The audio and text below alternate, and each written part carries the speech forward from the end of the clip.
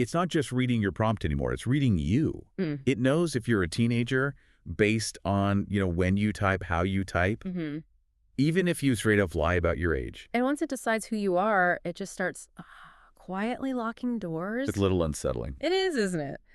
But, looking at the legal landscape, this wasn't just probable. It was completely inevitable. Welcome to the Deep Dive. It is Tuesday, January 20th, 2026. Today, we're wading through this massive stack of reports that, when you put them all together, they paint a picture of an industry that's, simultaneously growing up and freaking out. That is the perfect way to put it. We have a lot of ground to cover. We do. So here's what we're going to dig into today. First, we're going to look at OpenAI's new age prediction system. That's the thing, watching your keystrokes, and the massive legal pressure that's cooking behind it. Right. Then we have to talk about the markets. Nvidia took a hit, and you've got analysts basically shouting that the honeymoon is over. Which is a bold claim, especially when you see the sheer amount of money still flowing into the infrastructure. Exactly. We'll try to square that circle. Then we'll touch on security, specifically a nasty little prompt injection attack on Anthropic's Claude cowork. Yeah, that was a big one. And finally, the main event for this deep dive, a fascinating new paper, also from Anthropic, about something called the assistant axis. They claim they've found the mathematical direction of helpfulness inside the model's brain. It's a massive breakthrough. It really fundamentally changes how we think about controlling AI behavior. It's less like training a dog and more like performing brain surgery. Okay, let's unpack this. We have to start with OpenAI. They've rolled out this new layer of guardrails specifically for minors, but this isn't the old click here if you're 18 checkbox. No, those days are long gone. That was the honor system. This is a surveillance system. This new update is an active age prediction model running inside ChatGPT. It's constantly scanning for what they call signals. Okay, define signals for me. Are we talking about the content of what I ask? That's part of it for sure. If you're asking about high school trig or using slang that's consistent with Gen Z, that's a data point. But it's getting much more invasive. It analyzes usage patterns like the time of day you're active. So if I'm on ChatGPT at 2:00 p.m. on a Tuesday, it assumes I'm playing hooky from school. Potentially, yeah. But the most interesting and I think controversial part is the biobehavioral analysis. It looks at how you type. Oh, I type. The speed, the rhythm, the pauses between keys. There's a lot of research suggesting that a teenager's interaction with a keyboard is, well, it's distinct from a 45-year-old's. Wow. It's building a profile based on your digital body language. That feels incredibly dystopian. It's analyzing my keystroke rhythm. It is. And if that profile screen's under 18, the system just flips a switch. And what happens then when that switch is flipped? The safety filters tighten up immediately. It's a hard lock. No sexual topics, no self-harm content, no graphic violence. The goal is just to sanitize the experience for anyone the model thinks is a minor. Okay, but play skeptic here with me. Algorithms get things wrong all the time.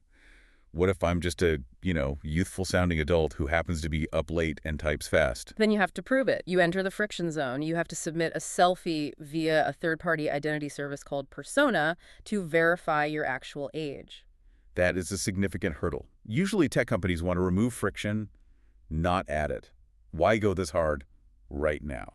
Context is everything here. OpenAI is under immense pressure. We've seen wrongful death lawsuits tied to teen suicides where AI chatbots were involved. Right. The FTC is investigating their safety practices. And let's be honest, the public backlash over these models generating inappropriate content for minors has been severe. They're trying to clean house. They're clearing the runway. You got to remember, OpenAI is eyeing an IPO. Wall Street might like risk, but they do not like companies with wrongful death headlines. This is about survival as much as it is about safety. So let me ask you this. Is this update actually about protecting kids, or is it about making the company palatable for Wall Street? It's absolutely both. You can't ring the opening bell if you're facing wrongful death lawsuits. They need to show they can self-regulate before the government steps in and does it for them. It's a preemptive strike. Speaking of Wall Street, let's shift gears to the market. Because while OpenAI is trying to tidy up, the investors seem to be getting, cold feet. Cold feet might be putting it mildly. Things are looking a little shaky. We saw Nvidia stock fall 4.4% recently, and Deutsche Bank release a report that was pretty brutal. Yeah, I saw that quote. They said the honeymoon is over for AI. Yeah. That feels so dramatic. It is dramatic, but they brought the receipts. They're looking at the burn rates versus the, infrastructure build out. Look at the numbers. OpenAI is burning through roughly $17 billion. Meanwhile, global plans for new data centers are projected at $1.4 trillion. I have to be honest with you here. I see these numbers, $1.4 trillion, and I struggle to even visualize that. It just feels like monopoly money. I try to picture rows of servers, but the scale it escapes me. You're not alone. It's a scale that defies traditional logic.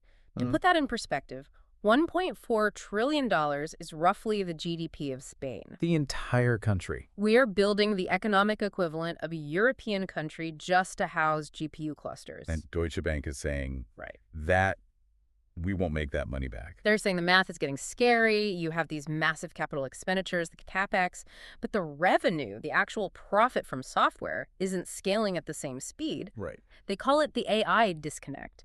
We're building the tracks for a high-speed train, but so far we're mostly selling tickets for a trolley. And yet, if you look at the news from Davos 2026, you wouldn't know there was any problem at all. Oh, Davos sounds like it's on a different planet right now. People are calling it a Silicon Valley launch party, not an economic forum. You've got big tech CEOs dancing at literal AI raves. Raves, like glow sticks and techno music. Full-on raves. And politically, it's just fascinating. You have this incredible friction happening right on stage. The CEO of Anthropic openly slammed the U.S. government over AI chip exports to China. Right. And didn't he also go after Nvidia in the same breath? He did, which is just wild because Nvidia is a huge investor in Anthropic. Wow. Imagine taking billions from a company and then criticizing them on the world stage for their export policies. It's messy. But then almost immediately, you see Nvidia turning around and pouring another $150 million into a startup called Basant. Exactly. It's a total contradiction. They're fighting over policy, but the money just keeps moving to build the ecosystem.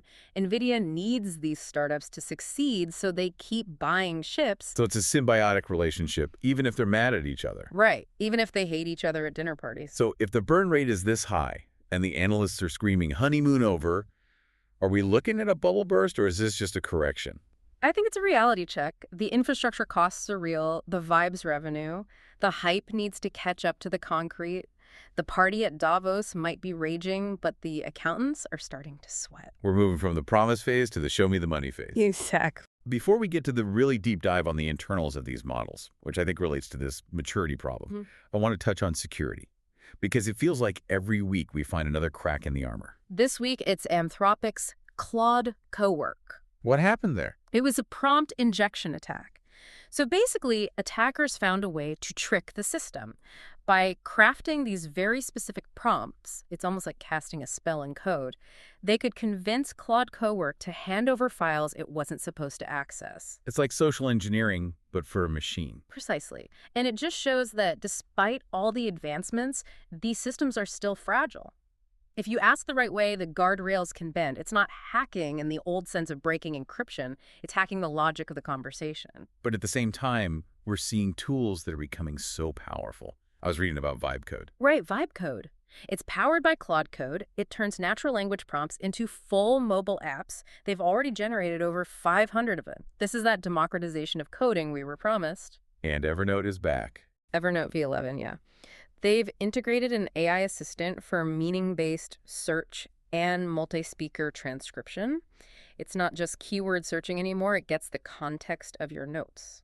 And then there's daily.dev opening up a huge developer community for role matching.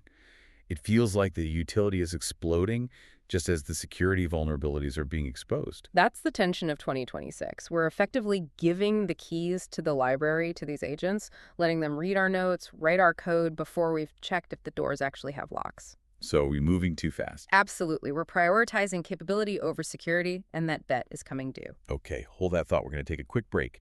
When we come back, we are going to look at how Anthropic might have found a way to install those locks, not by patching software, but by rewiring the brain of the AI itself. Mid-roll sponsor, read placeholder.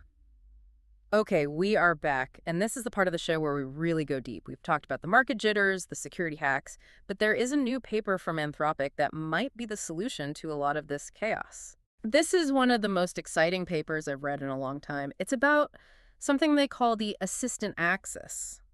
The name sounds like a sci-fi novel. What is it, actually? To understand it, you have to realize how we usually train AI.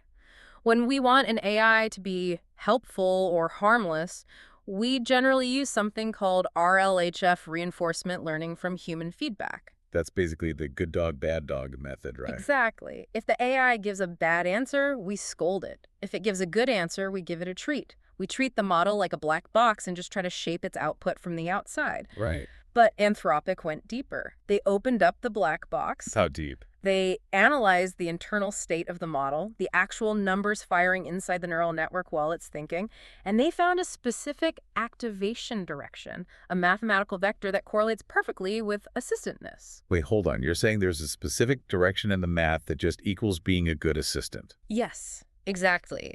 Imagine the AI's brain is this giant multidimensional map of concepts.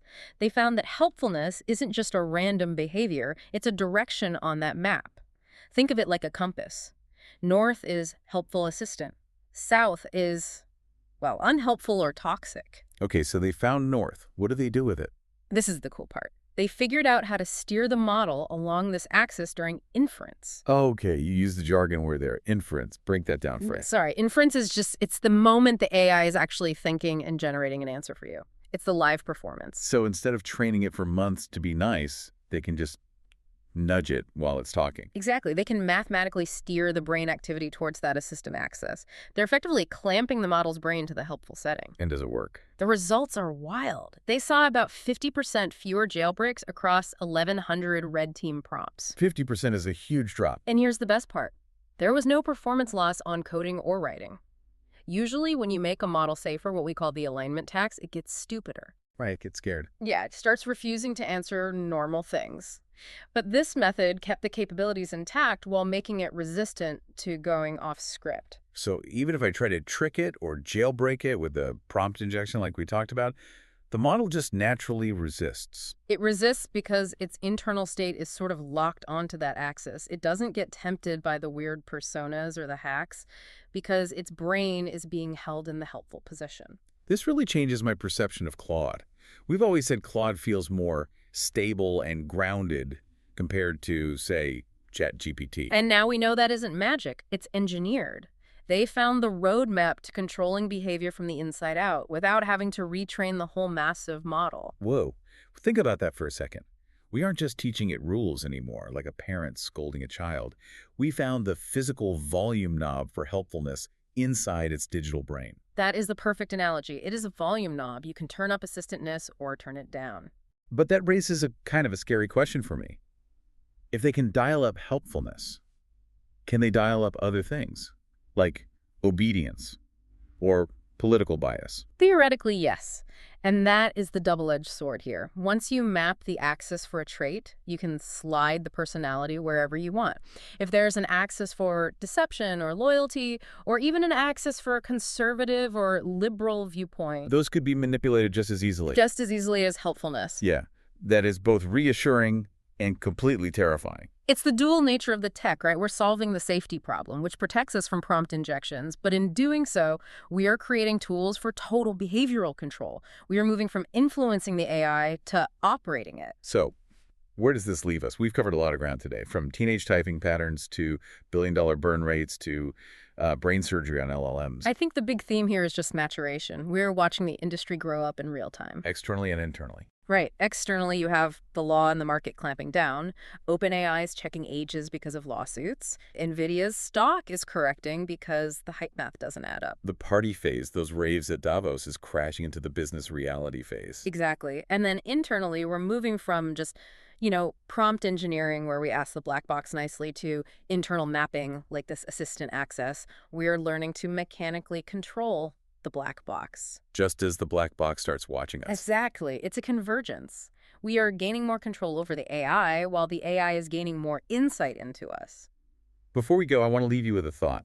One of the sources we looked at today mentioned a tool for linking your physical library to a private cloud, basically turning your books into a brain you can talk to. It's a cool concept, digitizing your personal analog world. It is, but I think it represents something bigger. In a world where OpenAI is analyzing your keystrokes to guess your age, and where models can be steered mathematically from the inside, Maybe digitizing your own physical books is the ultimate act of owning your own knowledge. Taking your data offline, or at least owning the source material, I like that. It's a way to keep your own access steady while the world spins around you. It's just something to think about. That is it for this deep dive. We will catch you on the next one. See you then.